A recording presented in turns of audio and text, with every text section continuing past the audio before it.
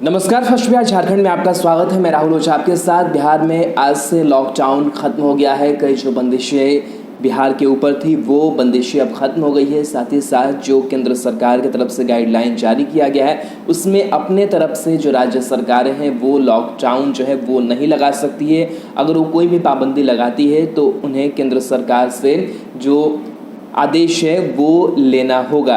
यानी कि कहीं ना कहीं अब राज्य सरकार अपने मन मुताबिक, जिस तरीके से कई बार ऐसा हुआ कि केंद्र सरकार की अपनी गाइडलाइन नहीं, हालांकि उसमें राज्य सरकार को छूट दी गई कि वो अपने हिसाब से जो पाबंदियां हैं वो लगा सकती है। लेकिन अनलॉक 4 की अगर बात करें तो इसमें वो पाबंदियां राज्य सरकारें नहीं लगा सकती हैं।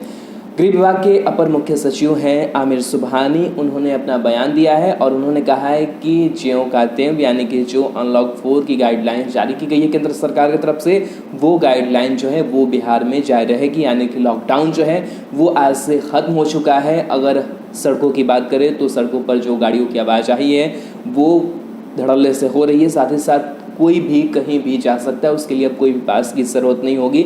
साथ ही जो गाइडलाइंस है उसको समझने की कोशिश करते हैं कि किस तरीके से पूरी गाइडलाइंस है, और उसमें अभी भी अलग कई चीज़ें हैं जिस पर बंदिशें हैं।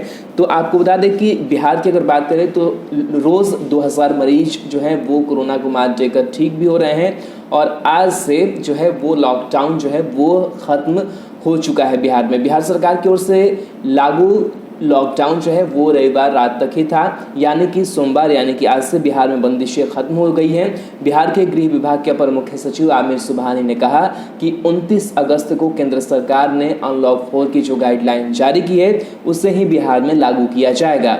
अब आइए समझने की कोशिश करते हैं कि किस तरीके से जो गाइडलाइन है वो है। नीतीश सरकार ऐसा कोई कदम नहीं उठा सकती है, और अगर कोई कदम पाबंदियों के लिए उठाई जाती है तो उससे केंद्र सरकार से परमिशन लेनी होगी। चलिए अब समझ लेते हैं कि जो गाइडलाइन है उसमें क्या कुछ जो पाबंदियां हैं वो लगाई गई है या फिर क्या कुछ छूट दी गई है। केंद्र सरकार की ओर से जारी एसओपी का जो पालन है वो करना होगा। 7 सितंबर से एक राज्य से दूसरे राज्य या राज्य के भीतर व्यक्ति के आने जाने या सामान ले जाने पर कोई प्रतिबंध नहीं रहेगा। शादी और अंतिम संस्कार में भी 21 सितंबर से 100 लोग शामिल हो सकेंगे। स्कूल, कॉलेज, कोचिंग क्लास 30 सितंबर तक बंद रहेंगे, ये खुलने नहीं जा रहे हैं। कंटेनमेंट जोन के बाहर रहने वाले 9वीं से 12वीं तक के छात्रों को 21 सितंबर से स्कूल जाने की अनुमति होगी, लेकिन इसके लिए उनके अभिभावकों को लिखित अनुमति अनिवार्य होगी। सिनेमा हॉल, स्विमिंग पूल, मनोरंजन पार्क, थिएटर ये बंद रहेंगे। 21 सितंबर से ओपन एयर थिएटर शुरू हो सकेंगे।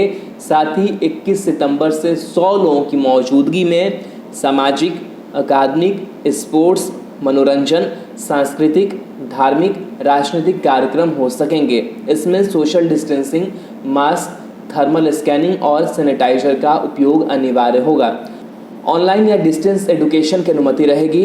21 सितंबर से कंटेनमेंट जोन के बाहर के स्कूलों को 50% शैक्षिक और गैर शैक्षिक स्टाफ को बुलाने की अनुमति दे सकेंगे। तो तमाम जो गाइडलाइंस है वो जारी की गई हैं। अनलॉक 3 में भी कई जो छूट थी वो दे दी गई थी, तो वो तमाम जो छूट है वो अब बिहार में भी लागू रहेंगी, क्योंकि योगा सेंटर खोलने की बात थी, जिम सेंटर खोलने की बात थी, तो तमाम जो चीज़ें हैं वो खुल जाएंगी। और कहीं ना कहीं कह सकते हैं कि जिस तरीके से जो पाबंदियां कई लगाई गई थी वो पाबंदियों को अब कम कर दिया गया है, और बिहार में आज से जो लॉकडाउन है वो ख़त्म हो गया है।